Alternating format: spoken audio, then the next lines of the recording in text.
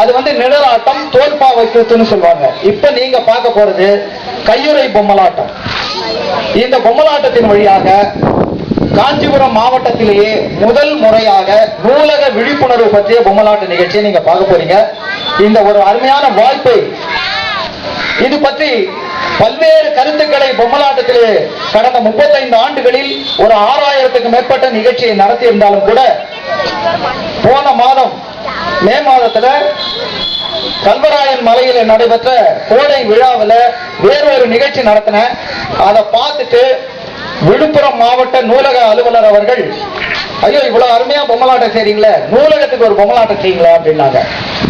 நான் சரி நூலகம் பற்றிய குறிப்பெல்லாம் கொடுங்க அப்படின்னேன். அவங்க ஒரு சில குறிப்புகளை ஒரு 2-3 பக்க அளவுல எனக்கு கொடுத்தாங்க. அதை வைத்துக் கொண்டு இந்த நிகழ்ச்சியை நான் தயாரித்திருக்கிறேன். முதல் முறையாக தமிழகத்திலேயே விழுப்புரத்துல தான் கடந்த 3 நாட்களாக 29ஆம் தேதி, 30, 31ஆம் தேதி கிட்டத்தட்ட ஒரு 10,000 பேர் பார்த்திருக்கிறார்கள் இந்த பொம்மலாட்டத்தை. அதே போல இன்றைக்கு இந்த மாவட்டத்திலே, காஞ்சிபுரம் மாவட்டத்திலே நூலக அலுவலர் அவர்கள் இந்த பள்ளிக்கு வருகிறார் என்று தெரிந்த உடனே நான் கேட்டதான், முழுமையா அவர் பார்க்கணும் இந்த நிகழ்ச்சியை அப்படின்ற கோரிக்கையோடு தான் இந்த நிகழ்ச்சியை நான் நடத்த வந்திருக்கிறேன். ஐயா அவர்கள் சொன்னாங்க, மீதி எவ்வளவு குழந்தைங்க இருக்கிறீங்களோ நீங்க எல்லாம் வீட்டுல போய் நச்சரிச்சு